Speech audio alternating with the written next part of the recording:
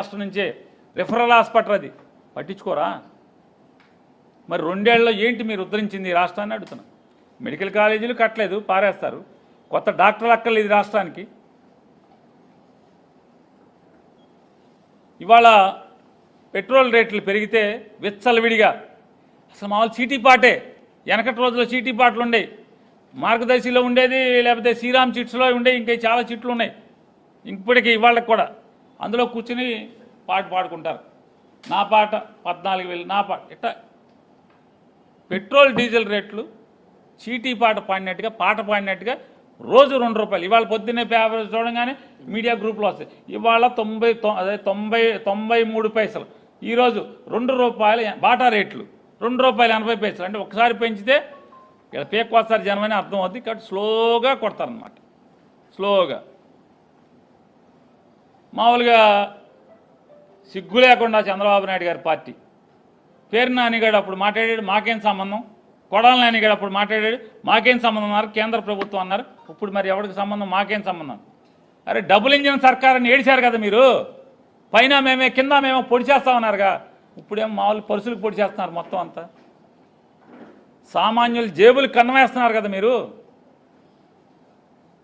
మేము పైన మేం కాదు కదా, కిందే కదా మేము. ఇప్పుడు పైన కింద మీరే ఆయనగా. అప్పుడు మీరే, ఇప్పుడు పైన కింద, ఇప్పుడు మీరే కదా. మరి మీకు బాధ్యత లేదా? మరి రామ్మోహన్ నాయుడు ఎవరు? పెమ్మసాని ఎవరు? కేంద్రంలో వాళ్ళకి ఏం పాత్ర? సత్యకుమార్ ఎవరు? మరి పైన మీరే, కిందే మీరే అన్నప్పుడు ఆ పెంచింది మీకు కాకుండా ఎట్టా ఉంటుంది? మాకు సంబంధం లేని సిగ్గు లేకుండా ఎలా చెప్తారు మీరు ఇవాళ అని అడుగుతున్నాను. తప్పు కదా, బాధ్యత నుంచి తప్పుకోవటం వంచన కాదా అని అడుగుతున్నాను నారా చంద్రబాబు నాయుడు గారిని. ఎవడైతే సోషల్ మీడియాలో సిగ్గుండదా మీకు అని అడుగుతున్నాను నేనేదో అప్పుడు అన్న మాటలు కట్ చేసి పెడుతున్నారు కదా కొడాలి నాయి. మేము పైన లేం కదా, మోడీ గవర్నమెంట్లో మేము పాత్ర లేదు కదా. రాష్ట్రంలో బీజేపీ మంత్రులు ఎవరు మా దగ్గర లేరు కదా.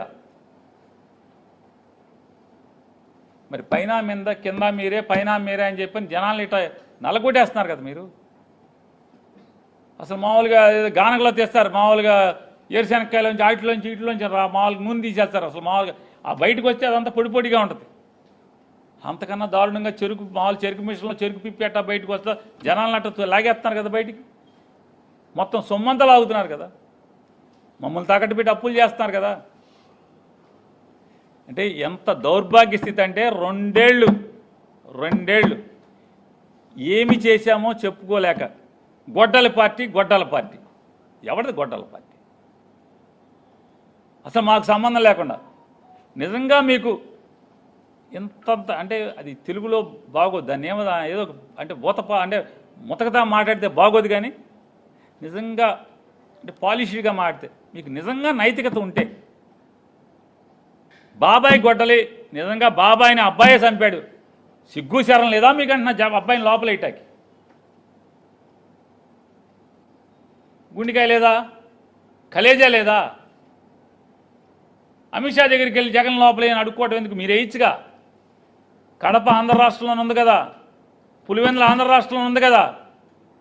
మరి బాబాయ్ గొడ్లెట్టి చంపితే, బాబాయిని గొడ్లెట్టి అబ్బాయి చంపితే ఆ అబ్బాయిని ముతాయిగా చేశారా? 2 ఏళ్ళైంది.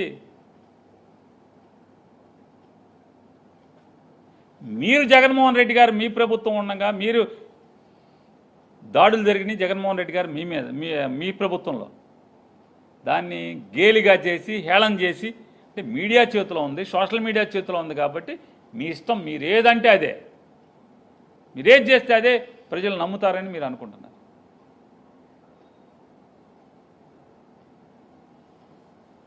నిజంగా గొడ్డల పార్టీ సంగతి నిజం మీరు ప్రూవ్ చేయాలి కదా.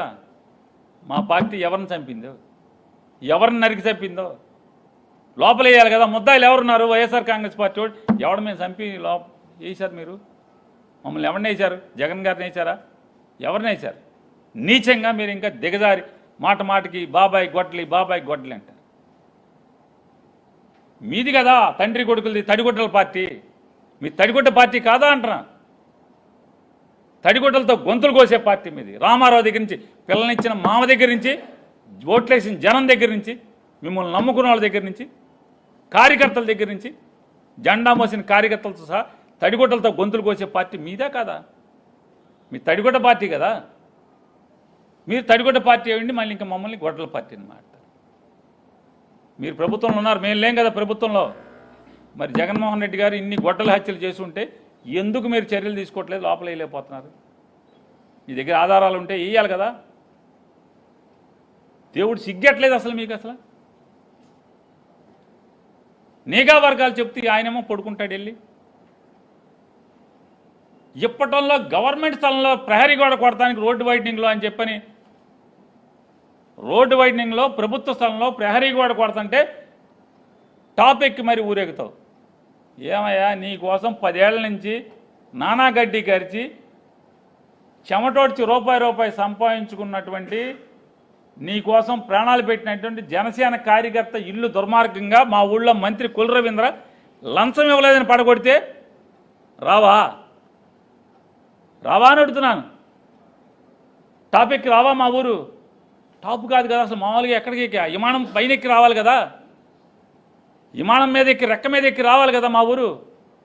రారా మీరు? అంటే ఓట్లు వేసుకునేప్పుడు మాత్రం ఏది కావాలంటే అది వాడుకుంటాకి, ఏది కావాలంటే అది వాడుకుంటాకి. 2017లో చచ్చిపోయినటువంటి ఆ అమ్మాయి కోసం, ఆ అమ్మాయిని 17లో జగన్ సీఎమ్మా? మీ ప్రభుత్వం, పవన్ కళ్యాణ్ ప్రభుత్వం ఉంది కదా. సుగాలి ప్రీతిని ఎంత అడ్డంగా వాడుకున్నావు. సుగాలి ప్రీతి మరణాన్ని ముక్కుపచ్చల ఆరన్నటువంటి లేత పసిప్రాణం హై స్కూల్ చదివేటంటే కనీసం 15 ఏళ్ళు కూడా నిన్నటువంటి అమ్మాయిని చావుని మరణాన్ని నీ ప్రభుత్వంలో జరిగితే దాన్ని జగన్కి ఆపాదించి నీచంగా ప్రచారం చేసి ఇవాళ ఆ అమ్మాయి సుగాలి ప్రీతి నీ కులం ఏంటి, నీ తల్లి అంటే ఆ అమ్మాయి తల్లి కులమేం కావాలి నీకు? ఓ పక్కేమో కులమత రహిత సమాజాన్ని కావాలి, కులం లేని రాజ్యం కావాలని మాట్లాడుతూ ఉంటారు. మతం లేని రాజ్యం కావాలని ఓట్లప్పుడు అడుగుతారు, ఇప్పుడేమో సనాతని అంటాడు. కాబట్టి ఈ రాష్ట్ర ప్రభుత్వానికి 5 ఏళ్ళు 2 ఏళ్లలోనే నిండినటువంటి దౌర్భాగ్య స్థితి వాళ్ళ మనకు కనపడుతుంది. కాకపోతే జనం దౌర్భాగ్య స్థితి ఏంటంటే, దిక్కుమాలిన స్థితి ఏంటంటే ప్రజలందరిది, ఈ ప్రభుత్వం దివాళా తీసినా కూడా 3 ఏళ్ళు మొయ్యాల్సిందే. జనం సొమ్ము వాళ్ళు దోచుకు తింటుంటే సినిమా చూస్తూ ఉండాల్సిన పరిస్థితి రావటం అనేది పగవాడికి కూడా రాని పరిస్థితి అని చెప్తూ ఈ దివాళా కోరు ప్రభుత్వం తక్షణమే రాజీనామా చేసి దిగిపోవాలని చెప్పని డిమాండ్ చేస్తున్నాం. మాట్లాడుతూ మున్సిపల్ కమిషనర్ బాపిరాజుని ఇల్లు కొట్టేయడానికి మీ దగ్గర ఉన్న ఆధారాలు ఏంటి, ఏ డైరెక్షన్ ఉంది, ఎవరు డైరెక్షన్